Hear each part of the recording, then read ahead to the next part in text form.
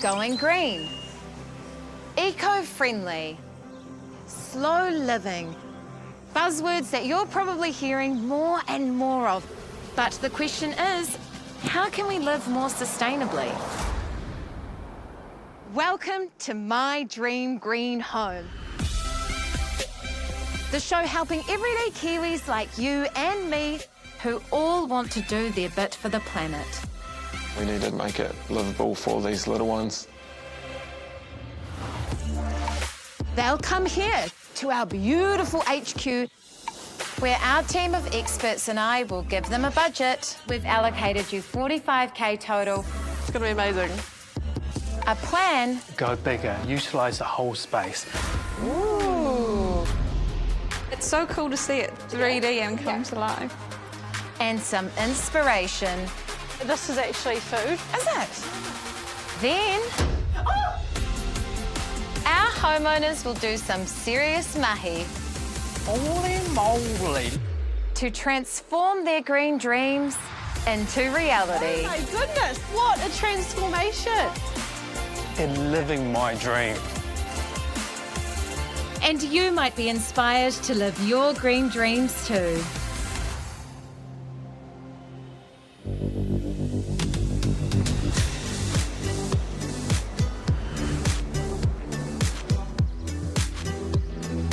Matt and Brit are young professionals looking to improve their Waiheke Island property without negatively impacting the environment. Kia ora. Kia ora. I hear congratulations are in order. You got married this year? Yes, in February. Tell me about where you're living now. We currently live on Waiheke in a little studio. It's basically one big room, well, big, 6 by 6 metres. We basically rotate around the same areas.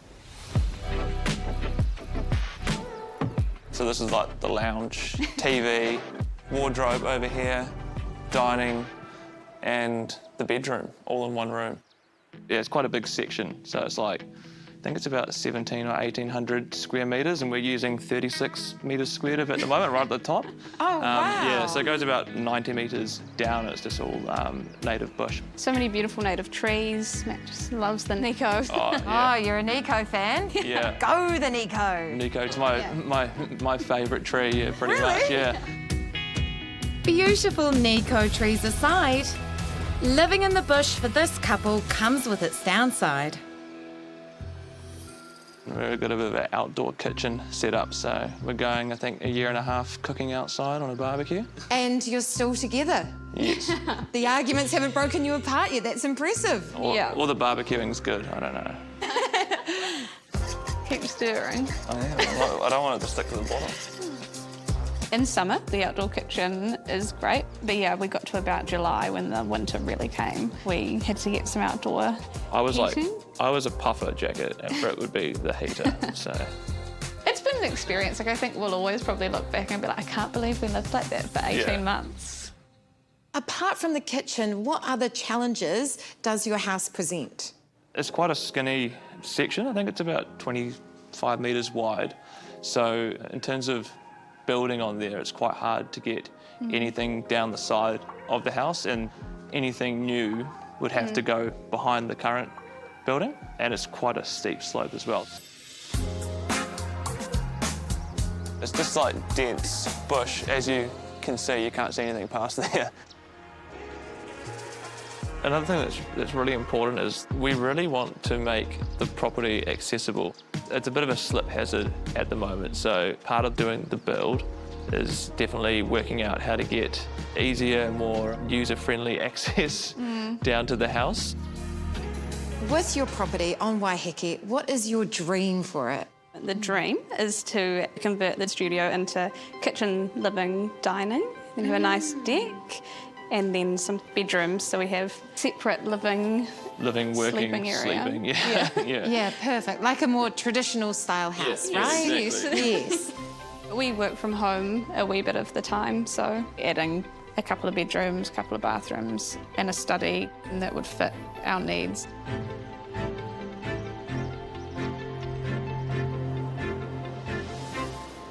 Living on an island, does that give you a sense of responsibility in terms of living sustainably? Well, it's such a beautiful space. You don't want to ruin it. You don't want it to be there for generations to come.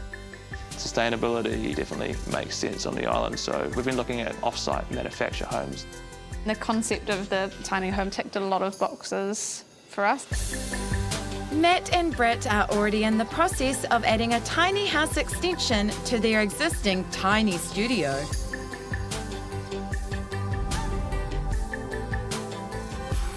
Doing something sustainable actually can end up being sustainable for the wallet as well. And you think about waste minimisation. Every single thing that you bring over to the island has to be shipped over. So you want to utilise everything that you're paying for freight on. That's smart. So exciting to us, this off-site build. It's going to be 1, more sustainable and 2, more cost-effective for us. Tell me about your budget. We've budgeted about $375 for everything. Matt and Brit have hit the ground running with their sustainable house extension. They've already ordered a tiny house and have budgeted to cover the cost of the purchase, as well as consents, earthworks, transport and craning the house onto their site. It's a lot of money, but we think it will be worth it, so we're committed to that. They might be underway with bringing a tiny home onto their land, but the next challenge is where to position it on their property and seamlessly integrating the new home with the old, both inside and out. When looking to build on Waiheke, there's a lot more you have to consider. You're not just coming onto a flat section, for example, in Auckland that's got nothing on it and you just can plonk a house down. There's a lot of boxes to tick to make sure you're doing it right. To help you finish this exciting addition to your property and enhance the accessibility at the front and seamlessly integrating the old with the new, we are giving you an additional $30,000 to live your Waheke dream paradise. Oh my God. If the budget stretches, you might also want to think about relocating that outdoor kitchen indoors. Hopefully coming under. Yeah, hey, fingers crossed. Super keen to get the input from people who really know what they're doing and start to bring it to life. It's a hefty challenge. Just as well, our green team is here to help create that Waiheke Island dream paradise. Queen of cohesion and all things reno, our expert Jen Jones. I love DIYs, renovations, new builds. I'm particularly passionate about sustainable design. And urban designer Bailey Lutomes, who has created award-winning gardens the world over. I'm there to work with nature, and that's the philosophy that I try to pass on to my client. Jen and Bailey are on their way to Waiheke Island to scope out Matt and Brit's challenge of old and new. Wow, what a cool spot. Matt and Brit, they're living my dream. Your dream, the tree house. Amongst the trees. Yeah, look at that. Did you see that too? Oh, I did.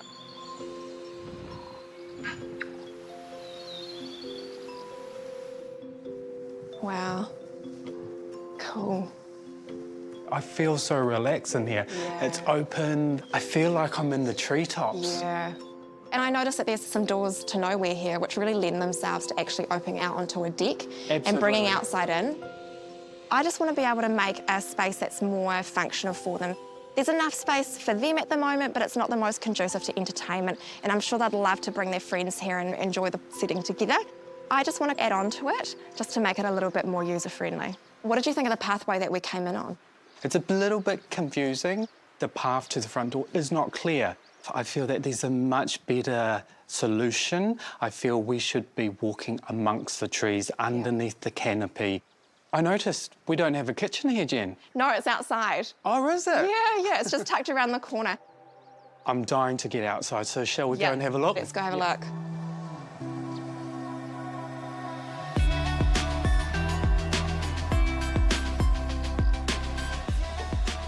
What do you think? Oh, this space is amazing. It's so open and airy. It is, yeah. In fact, the site's actually a lot bigger than I thought it was going to be. I also see that we've still got a lot of vegetation back here. Yeah. The best thing that we can do here is try to retain as many trees as possible and just work with the contour of the land. This natural clearing here really does lend itself to potentially extending the house, especially with the doors to nowhere. It's almost like they've been put there to future-proof for some kind of extension through this space. It is quite a big job to add an extension to this. A site like this is already going to be a little bit more expensive to build on just because of the logistics issues, certainly from a health and safety point of view and a construction point of view. Matt and Brit have poured everything they have into a tiny house extension, but still need expert help to make it work. I am so excited for you two to meet our expert. He is the king of gardens. Bailey, come on over. Kia ora. Kia ora. Urban designer Bailey has some ideas on how they can make the least impact on their environment. I just have to say, wow, you guys are living my dream. Amongst the trees, it's a very special site you've got. Yeah, we love having the birds and everything in there, so want to impact the surrounding trees as little as possible. At the moment, this area feels a bit scrappy. It needs a bit of love. Yeah. Really keen to make the entrance to the property a bit more established, but then still keeping it feeling natural. Making it accessible as well. As our parents get older, we want them to come and visit us on Waiheke. Walking down the gravelly path can be a bit hazardous, it's a bit slippery. So at the moment, this is your site. You've got this lovely vegetation area with established trees, like some beautiful Nico palms, and the idea of having that natural forest a part of your garden and then blending that in with your existing home. Yeah. That would be great. Big time. I always believe the journey to the house starts at the gate. Okay, so let's move ahead.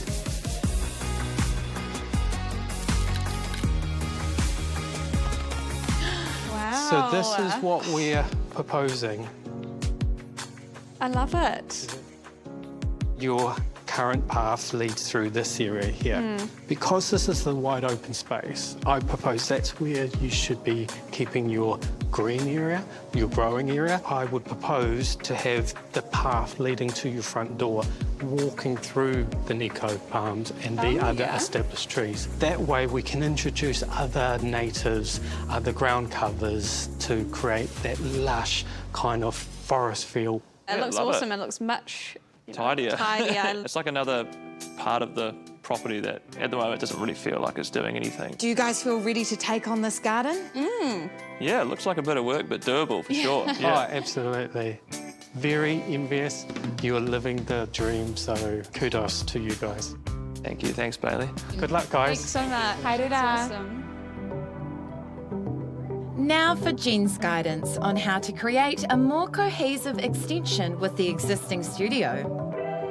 Jen, what initial thoughts did you have about this incredible property? Oh, it's amazing. It's the ultimate tree house. Set in the bush. I love it. What drew you to the property originally? We loved the character and the big, high, open roofs. You know, it feels like a nice. It's obviously a reasonably small space, but with those high ceilings, it feels, nice. Not and quite spacious. as closed in. Yeah. Nice, big and open and bright. Yeah, lots of good sunlight. And what drew you to Waiheke? Oh, just being close to the beach, being able to swim, go for amazing walks, and then you can still feel close to Auckland, which is awesome. To help you visualise, I've taken your tiny home plans and I've whipped up a model of what it could look like. It's important to us to make sure like it looks kind of seamless and like it was meant to be there.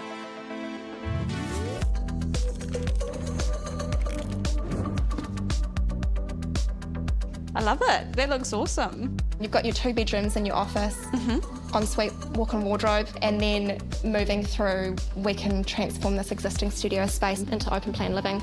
We always knew it was going to be a process, but definitely underestimated it.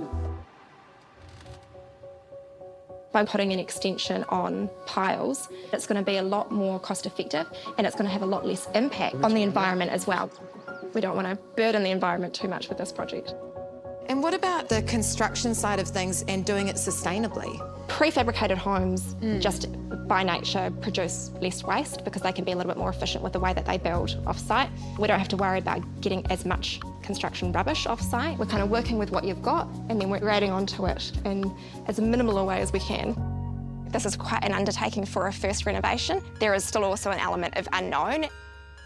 Retaining a site of that gradient and bringing in dirt to give us a level platform to work on. It's actually quite an expensive process. Retaining is not a cheap thing to put in on a site. Matt and Brit will need to strategically manage every dollar to complete their dream home on budget. Luckily, Jen has some cost-saving and sustainable ideas up her sleeve. Maybe even repurpose that kitchen as well if we can Yeah. relocate it inside. Actually, that probably does kind of fit in the space. Realistically, an outdoor kitchen being your only kitchen is not necessarily the most practical longer term. So bringing that into the studio space is a really good way for them to get longevity out of this property. Well, I'm just thinking, you know, from a sustainability point of view, if we can get it out in one piece and the size and the orientation will fit into the existing space, beats sending it to landfill. Love the idea of actually bringing in the kitchen from outside and repurposing that. I'd also think about painting the studio just to tie in with the tiny home edition as well. It's so cool to see it, you know, 3D and come to life. The only thing that scares me is the crane, I guess, going over the current Just don't be there building. that day. Go into town on that day, it'll be fine. It's quite a big project for us. The hidden costs worry us. The actual retaining and the earthworks and the foundations that could quite quickly blow out of proportion. After months of preparation, young Waiheke Island couple Matt and Brit have hit the start line on their tiny house extension project. Big job for us. But that start line is not what you'd expect. So today is our first real day with things happening on site, which is super exciting. Before shovels can break ground, Matt and Brit have encountered their first issue, lizards. We've never seen the lizards before. Hey guys, Hi. Hey, how you going? I'm Blair, the herpetologist. With the removal of vegetation, a herpetologist is needed to investigate the presence of native lizards. On site at Matt and Brit's today, we're doing a lizard search and rescue. You heard it right, a lizard search and rescue. So we're on site searching through the foliage and the cracks and crevices, trying to find any geckos. No construction can start on site until these little cuties are safely relocated. Oh my God, did you just find that one? Yeah. Let's see. So this is our native copper skink. It's probably the most common lizard you'd see throughout the Auckland region. I want to give him a little pat. It's important we protect our lizards because pretty much all of the species are at risk or declining or higher levels of threatened. So we want to try and protect them as much as possible. In this case, we are losing some of their habitat. It's important to try and relocate as many as we can find, and then hopefully they'll survive in their new homes. Once all the work's done, we'll release them. Amazing. Luckily for the lizards, space is aplenty round these parts. And with the precious critters in safe hands, it's time for stage 2, clearing way for their tiny house extension.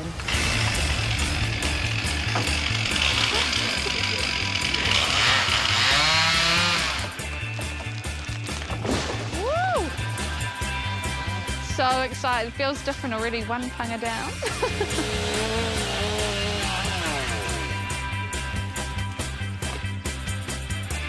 Nervous looking at some of the height that some of the trees were. Worried that they were going to come back onto the house.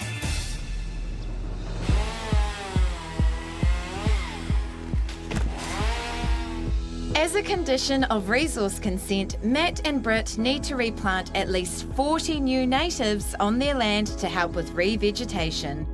Revegetation planting involves the strategic process of replanting, ideally with native plants. The goal is to restore and enhance ecosystems, improve biodiversity, and contribute to ecological balance.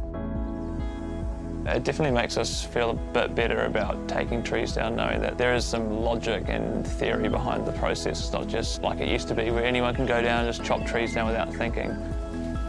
We've tried to be purposeful with the space and what's coming out.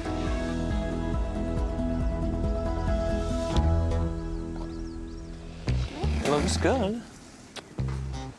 Looks so open. Yeah, I actually can't believe how much light there is. And to think that we'll just be walking out here. I know. Yay!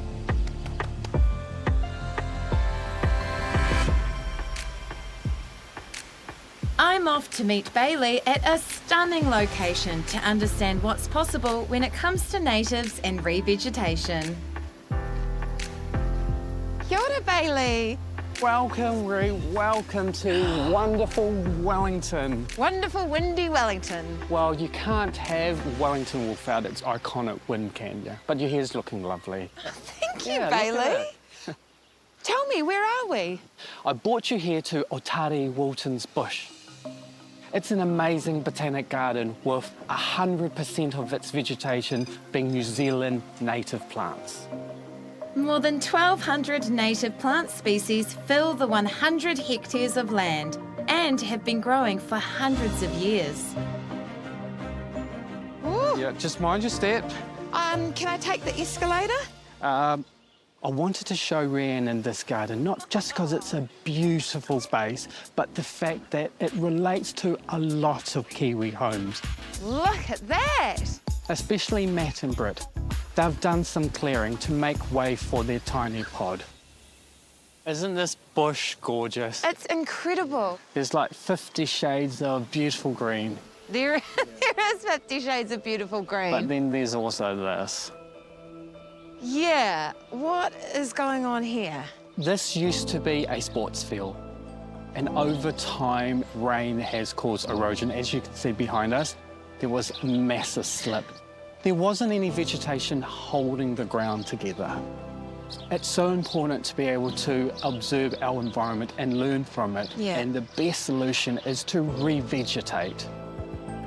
It may not look like much, but there's about 2,000 plants here that have been planted over the last year. And over time, this area here, within 5 years' time, it will grow, it will stabilise this bank, and many years later, that's what we're hoping to achieve, to bring it back to its former glory. It's all those little steps, right, Bailey? You're doing a good job. I know this doesn't look like much. This is about 2 months' growth. Mm-hmm. Why don't I show you something that's 20 years old? Oh, yes, please. Revegetating is one of the most simple, sustainable ways you can future-proof your land. You're providing shelter, you're providing shade, you're creating an environment that looks after itself. Well, fast forward 20 years and you haven't aged a day, Rhiannon. Oh, thanks, Bailey. This is what it looks like roughly 20 years later. It's just beautiful, isn't it? Your whole ethos is that we shouldn't disturb the soil, we should let nature do its thing, right? Yes. But Matt and Brit, they've done that. Should they have even cleared their section in the first place? I understand why they did it, because they wanted to build and extend their home. So there's nothing wrong with doing that. The key thing is to remember to revegetate as much as you can. Not only will it make the environment around the house feel more lush and green, but it also protects them from future erosion problem or any other environmental issues. It's very important to use Indigenous plants to your local environment because that's what's suitable for that area. There's no point planting a subtropical in a coastal area because that's not their ideal growing condition. For a much better and higher success rate, choose local and choose your endemic plants. What else can Matt and Brit take from this?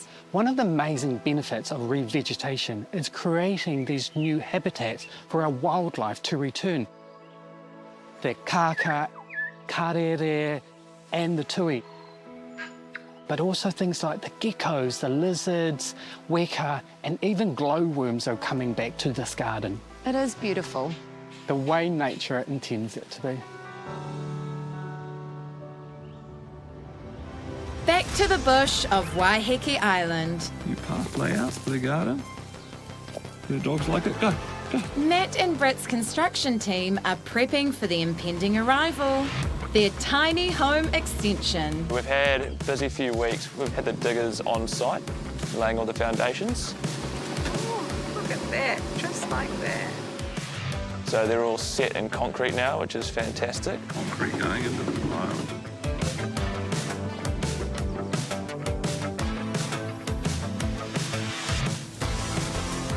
And another team of professionals are sprucing up the studio exterior for that all-important cohesion of old and new. They're going to be putting on the Bacara Grey low sheen from Resine. It's exciting. It's really nice having them all matched up. Boston almost blend into this, eh? Which one? The dog. Yeah, because that'll get a bit more sun on that side. What's the maintenance like for that, you reckon? Oh, I reckon every 5 years, just think about touching it up. So you guys reckon done by tomorrow or? Done by today, mate. Done by today? Yeah. But you work fast.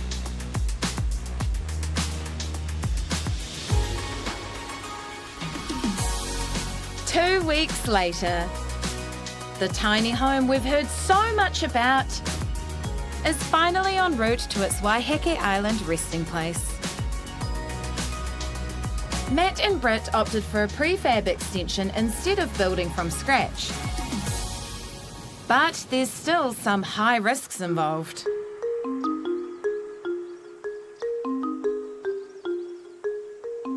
Brit, it's coming.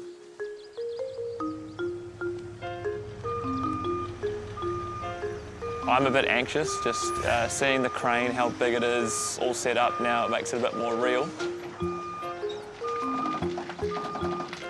But you know, big crane for a big job, so here she comes. That is crazy. Wow, look. So stressful, look at that. Oh my God.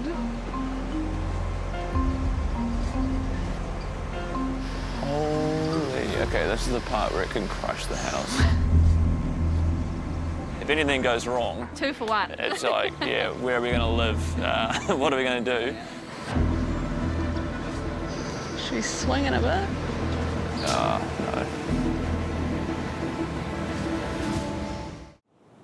no. On Waiheke Island, Matt and Brit have been dreaming of this day for months. It's like Uber house, eh? As their nearly 10-tonne tiny home extension dangles 30 metres in the air. And their anxiety levels hang in the balance. Wow, that's amazing. This was probably one of the biggest moments in the project, just getting the tiny home actually on the piles. Probably the riskiest part. It's the most crucial. Yeah.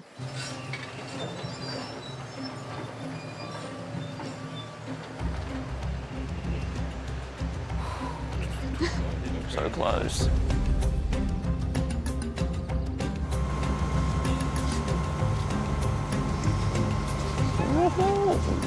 Are we on?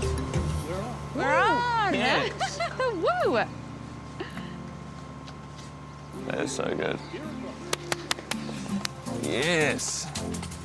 Very impressive to see it just slopped straight onto those. It's like a piece of Lego. Yeah, the level of precision is just, you know, amazing. Oh, that's stressful. It looks great. It looks like it's meant to be there. Yeah, it's awesome having the existing house already painted so we can, you know, see the combo and it fits right in. Looks awesome in the bush.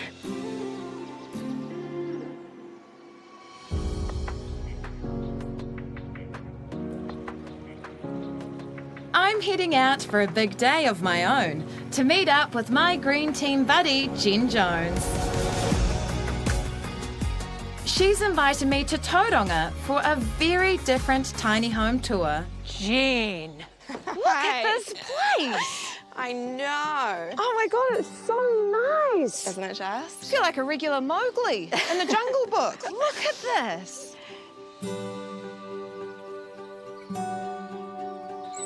We are at the very appropriately named Water Cliff Eco Retreat, which is arguably one of the most serene places in Tauranga Bay of Plenty.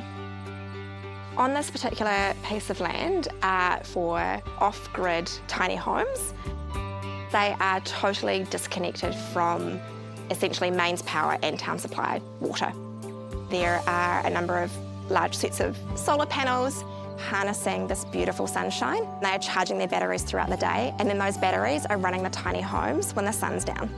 And then they also harvest all of their rainwater, even though the river is right there, They're really conscious of actually working with what they've got without impacting what's here. They have been so respectful of this environment, but they've also harnessed and utilised what's been made available to them by Mother Earth as well. Right, so no water, wine only. Wine only, I know, it's a hard life. I mean, look, we're doing it tough out here. So, tiny home in the native bush, I think there are a lot of things that we can draw from here. And although Matt and Brit are not currently off-grid, I think it is something that they can aspire to be in the future. Just because you've got the ability to be connected to mains power doesn't mean you have to use it. There is absolutely no reason why we can't all be harnessing renewable resources in our homes to ensure that we're minimising our impact on the environment. Ooh.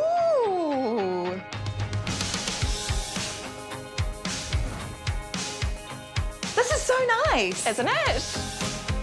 It's like a proper kainga. It's not a tent. Like a real house. Yeah. I know. There are cooking facilities. Right. There is a beautiful bathroom. The toilet flushes. There's underfloor heating. What? Oh my goodness. That's so nice. Now I'm embarrassed of my little sockies. Nobody's looking. Thanks, Jen. And everything again is wood. All the amenity is there. All the materials have been really considered in terms of what they've selected. These floor tiles are made of cork, which is a really beautiful choice because not only is it a natural renewable resource, but also it's softer than, say, a concrete slab or an engineered timber, while still having the versatility that a hard floor has compared with a carpet, for example. The entire tiny home has been clad with plywood. And that means that they haven't had to use plasterboard, they haven't had to get plasterers and painters down here, except for small areas like the bathroom. So that's reduced the number of trades that they've needed and the amount that they've had to spend on actually finishing the space. So it's clever the way that they've fitted the space out. We certainly aren't dealing with a camp stretcher here. May I? Oh, you go for it. Oh. You gotta try the bed. Okay. They really have thought of everything. They have. You know, you almost feel like you don't need to leave. You might not need to, but I have children, so unfortunately, as peaceful as this is, I need to return to the chaos and you're gonna have to come with me. Okay. All right. Let's go.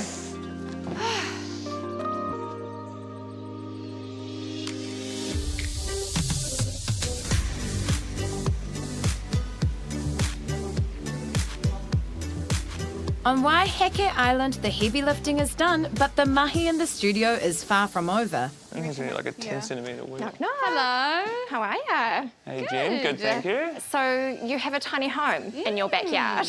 How'd that go? Off without a hitch. There's no wind, beautiful day, and it's evidently landed. Evidently, yeah. What about the last month? What's happened? Challenges, learnings? Do I look a little bit older?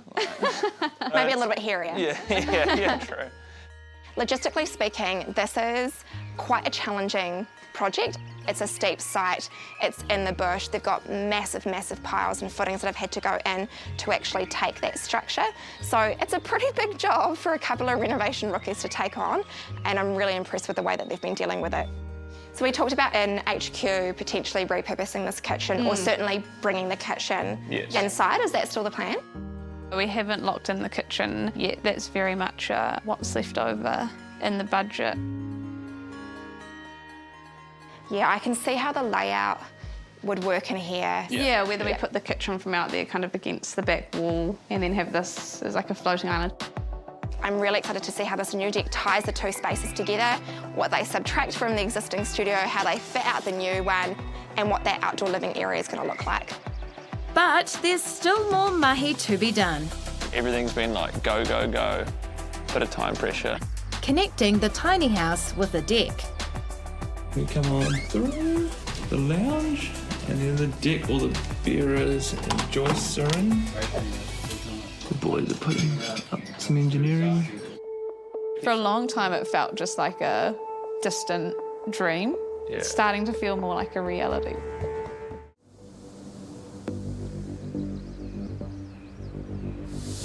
6 weeks ago, we left Matt and Brit with a pretty incomplete project. Their tiny home extension was in place, but the daunting task of refurbishing the studio was weighing heavy. Now we're back, and I can't wait to see what they've done. Hi. Kia ora. How are you? Hi, Buster. Welcome. Thank you for having us. We can't wait to show you what we've done. So how's it been? Yeah, it's been good. It's been a bit of a whirlwind, busy couple of months. Yeah, it's all finished this week. Just this week. Yeah, you guys should check it out. I hope you like it. Thank you.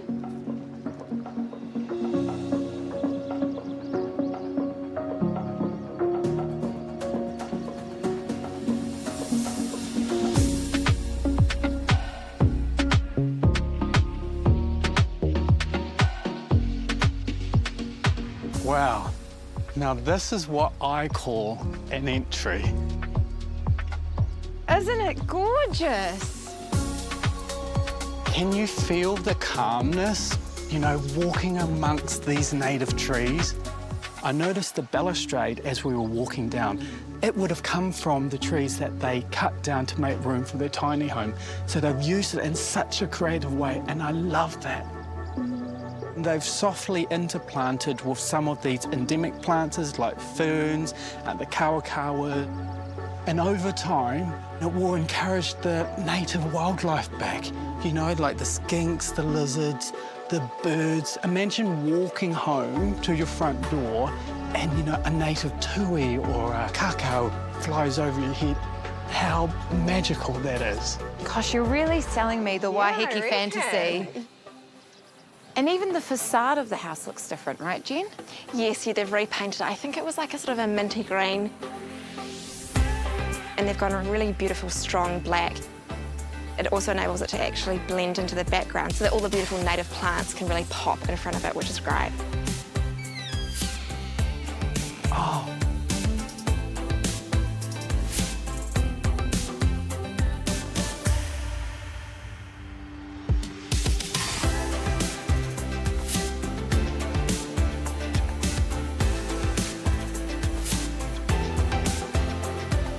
What?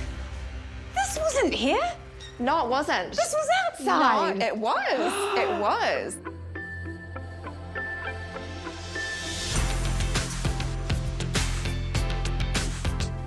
And it's the exact same kitchen too. No way. Yeah. They've re-siliconed the tile bench top. They've repainted the shelves that were outside. And new, more energy-efficient appliances from Noel Leeming. But it's the same kitchen. By bringing this one in, even if they only get another few years out of it, it'll give them a really good indication of how they use the space, which means that when they do plan their permanent kitchen, they'll get it right. They'd painted the sarking as well. This bright white paint has made a massive difference. It's such a great living space now, isn't it? And That doorway to nowhere looks like it's going somewhere.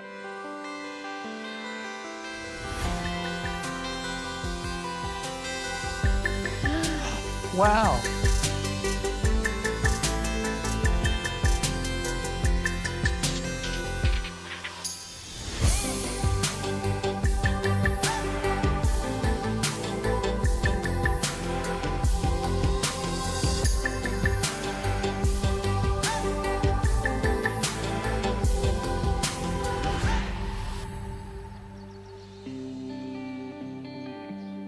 I can't believe that this has all been craned into here.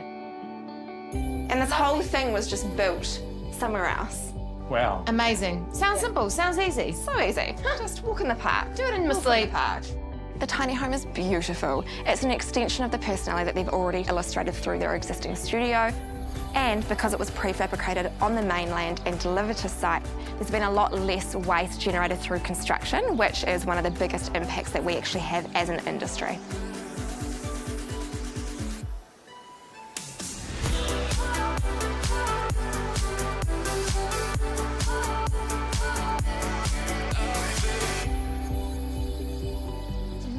Oh, the wall's gone. The wall's gone.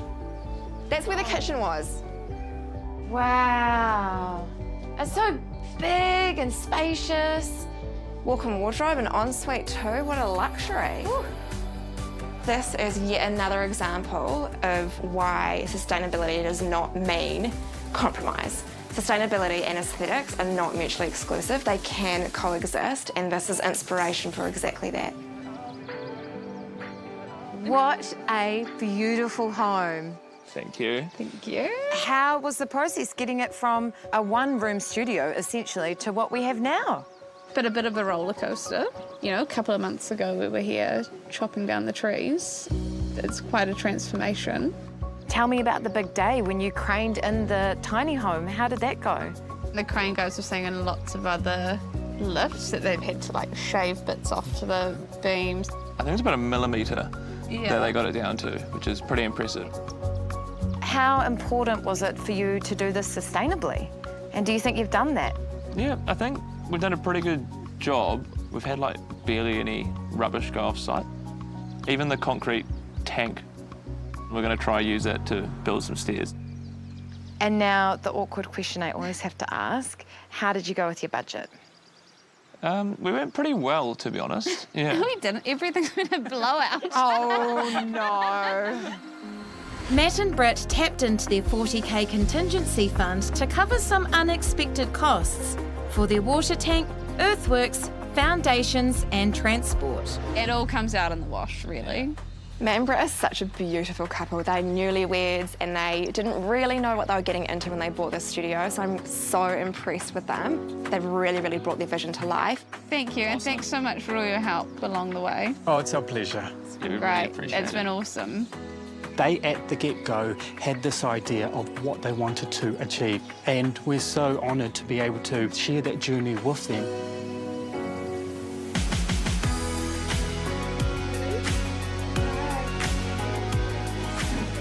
Brit and Matt have done an amazing job. They've worked so hard. I mean, so they've opened it all up and it's really good. How excited are you to cook inside after all these 2 years of cooking outside? I know. I can't wait. So stoked. We're so happy. Like to have an actual home, be able to have people over, friends to stay, entertain. It's just awesome. It feels really good. I feel like we've succeeded, I guess. Yeah.